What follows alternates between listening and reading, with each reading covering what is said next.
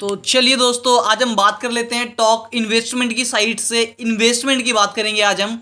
तो इन्वेस्टमेंट में है कि लोग चाहते हैं कि मैं इन्वेस्टमेंट करूं और उसके अंदर इन्वेस्टमेंट के बाद हमें रिटर्न्स मिले बहुत अच्छे। लेकिन लोग इन्वेस्टमेंट कर देते हैं, लेकिन उन्हें ये नहीं पता होता कि रिटर्न्स बेनिफिट जो होंगे वो गारंटीड होंगे या नॉन गारंटीड होंगे, उससे हायर रिटर्न्स होंगे, लो रिटर्न्स होंगे। बस इन्वेस्टमेंट से मतलब होता है। एक डिपेंड करता है कि उस बंदे के पास इनकम ऑफ सोर्स क्या है, कितना पैसा आता है और किस तरीके से उसे इनकम का जो पैसा है उसे इन्वेस्टमेंट करना चाहिए। तो फिलहाल हम इन्वेस्टमेंट ऑफ टाइप्स की बात करेंगे, किस किस प्रकार में हम इन्वेस्टमेंट कर सकते हैं। तो मेरे पास जो अभी अपडेट है, मैं 5 इन्वेस्टमेंट के बारे में आपको बताऊंगा जिसमें गारंटीड है और नॉन गारंटीड तरह की चीजें हैं जिसमें आप इन्वेस्टमेंट कर सकते हैं। तो फर्स्ट ऑफ ऑल सबसे पहले हम बात करते हैं स्टॉक्स की। तो मार्केट के अंदर आपने अक्सर सुना होगा कि आप स्टॉक्स में इन्वेस्टमेंट कीजिए, आप बहुत सारा पैसा कमा सकते हो। तो ये चीजें आपने अक्सर सुनी होगी। तो स्टॉक्स के बारे में मैं आपको थोड़ा सा सजेस्ट करना चाहूंगा, आप इसे ध्यान से सुनिएगा, देन समझिएगा। स्टॉक्स होता क्या है कि स्टॉक्स एक शेयर्स होते हैं। मार्केट के अंदर क्या होता है, बहुत सारी लिस्टेड कंपनियां होती है, जैसे कि आपने सुना होगा BSE, NSE, स्टॉक एक्सचेंज।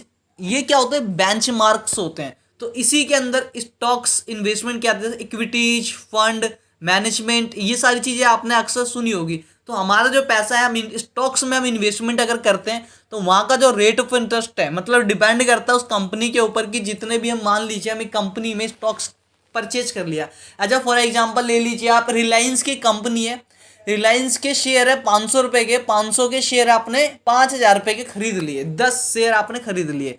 अगर वो 10,000 रुपए की वैल्यू है, अगर मार्केट के ऊपर डिपेंड करता है कि मार्केट अगर ग्रोथ करेगी तो आपका पैसा भी ग्रोथ होगा। अगर वहीं रिलायंस इंडस्ट्री नीचे जाती है तो आपके जो आपकी वैल्यू होगी वो डिक्रीज चली जाएगी। तो स्टॉक्स का इन्वेस्टमेंट इस तरीके से किया जाता है। तो वो डिपेंड करता है, आप इस पर रिसर्च करके इन्वेस्टमेंट कर सकते हो। आप किसी भी प्रकार की कंपनियों में इन्वेस्टमेंट कर सकते हो। बहुत सारी कंपनियां हैं इंडिया के अंदर, इंटरनेशनल कंपनियों में भी आप इन्वेस्टमेंट कर सकते हो। फिलहाल के लिए मैं आपको इतना ही अपडेट करूंगा, बाकी नेक्स्ट वीडियो में इस चीज को हम कवर कर लेंगे। फिलहाल के लिए इतना ही।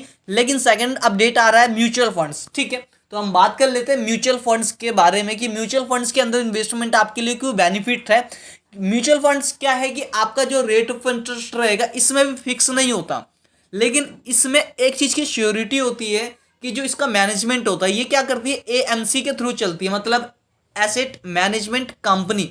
इसके ऊपर जो लोग बैठे होते हैं, जैसे कि CA वगैरह, CEO, फंड मैनेजर, अलग अलग लोग होते हैं जो इन्हें मैनेज करते हैं कि आप जो इन्वेस्टमेंट करोगे, आपके पैसों की जिम्मेदारी का जो मैनेजमेंट होगा वो ऊपर बैठे कंपनियों के लेवल्स जो होंगे बड़े बड़े, वो उनके पास होती है। तो यहाँ पे भी आपकी जो पैसों की सिक्योरिटी होती है वो बिल्कुल सही होती है, कोई भी प्रॉब्लम नहीं है। आप म्यूचुअल फंड्स में इन्वेस्टमेंट कर सकते हो। सिर्फ आपको अपना पैसा आप SIP की तरह इन्वेस्टमेंट कर सकते हो। जैसे कि SIP का मतलब मैं आपको बता देता हूँ, सिस्टमेटिक इन्वेस्टमेंट प्लान, मतलब 500 से स्टार्ट कर सकते हो, 1000 से, 2000 से। वो डिपेंड करता है कि आप कितना अमाउंट इन्वेस्टमेंट करना चाहते हो और आपके पास क्या अर्निंग है, ठीक है। तो इसी के साथ म्यूचुअल फंड्स के नेक्स्ट स्टेप आते हैं। अगला हम बात करते हैं फिक्स डिपॉजिट की। तो आप लोगों ने फिक्स डिपॉजिट का भी नाम सुना होगा कि आप यहाँ पे इन्वेस्टमेंट कीजिए फिक्स डिपॉजिट में। आपको क्या होता है, फिक्स डिपॉजिट का मतलब होता है FD, FD का मतलब होता है फिक्स डिपॉजिट, ठीक है। और हिंदी में से कहते हैं सावधि जमाए। आप क्या कर सकते हो, किसी भी बैंक के अंदर अगर आपके पास एक अच्छा खासा अमाउंट है, 5 लाख, 10 लाख, 20 लाख, वट एवर, ठीक है, और आपको एक गारंटीड रिटर्न्स चाहिए, मतलब आपके पैसों की एक सिक्योरिटी हो कि आपका पैसा किसी प्रकार से कोई लॉस में नहीं जाए। तो फिक्स डिपॉजिट में होता है क्या, वहां पे क्या है, आपको एक रिटर्न से मिलता है जो होता है फिक्स रिटर्न, इसलिए इसका नाम रखा गया फिक्स डिपॉजिट। वहां पे आपको फिक्स रिटर्न मिलता है और डिपेंड करता है रिटर्न्स बैंकों के ऊपर डिपेंड करता है कि वो रिटर्न्स कितना हो सकता है। 8% का, 8.5%, 10%, 7%, 6.5%, वो अलग अलग रेट ऑफ इंटरेस्ट मिलते हैं।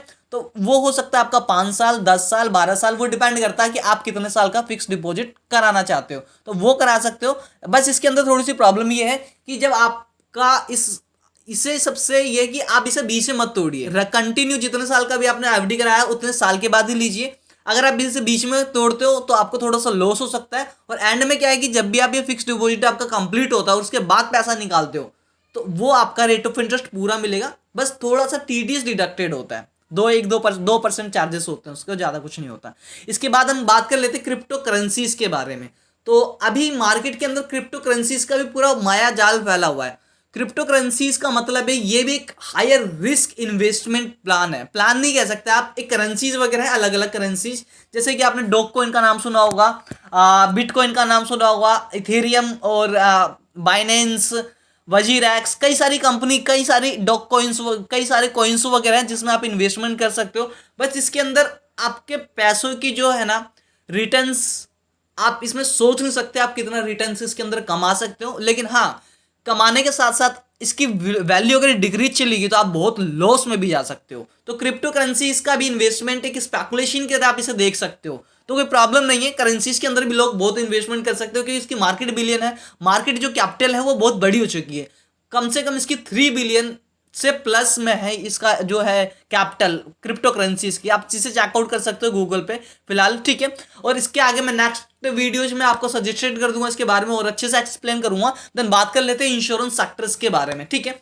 इंश्योरेंस है, दो तरीके के इंश्योरेंस होते हैं, एक होता है लाइफ इंश्योरेंस, एक होता है जनरल इंश्योरेंस, ये टाइप से दो तरीके के, ठीक है। तो फिलहाल बात कर लेते हैं जनरल इंश्योरेंस की बात करते हैं। तो जनरल इंश्योरेंस के अंदर अलग अलग कंपनी आती है, सभी मतलब ऑल टोटल ही जनरल के अंदर आते हैं, जैसे कि आप मान लीजिए आग का अग्नि बीमा हो गया, बाइक्स, कार, व्हीकल्स वगैरह वगैरह, किसी भी मतलब एक चीज मैं आपको बता देता हूँ इंश्योरेंस के बारे में कि ऐसी कोई भी चीज नहीं है जिसका आप इंश्योरेंस नहीं करा सकते। आप हर एक चीज, हर एक प्रोडक्ट का आप इंश्योरेंस करा सकते हो, चाहे वो घर हो, चाहे कार हो, चाहे बाइक हो, चाहे मेज, कुर्सी, जहाज, अग्नि बीमा, दुकान, किसी भी चीज का आप इंश्योरेंस आप करा सकते हो। आप हेल्थ इंश्योरेंस करा सकते हो, वो भी एक जनरल के अंदर आता है। फिलहाल अब दूसरा स्टेप है इसका लाइफ इंश्योरेंस, तो एक लाइफ इंश्योरेंस भी इसके अंदर दिया गया है, इंश्योरेंस के अंदर ही कवर्ड किया जाता है इसे भी। लाइफ इंश्योरेंस का मतलब ये होता है कि एक आप इसे सेविंग के लिए इन्वेस्टमेंट कर सकते हो, ठीक है, प्लस में बेनिफिट के लिए।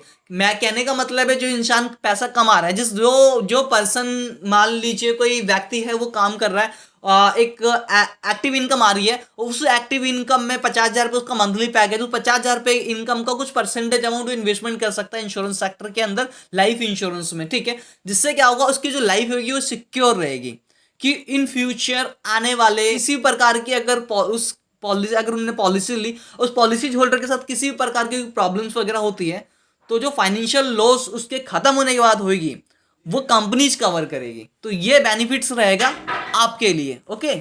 तो इसी के साथ वीडियोस को क्लोज करते हैं। So that thanks so everyone.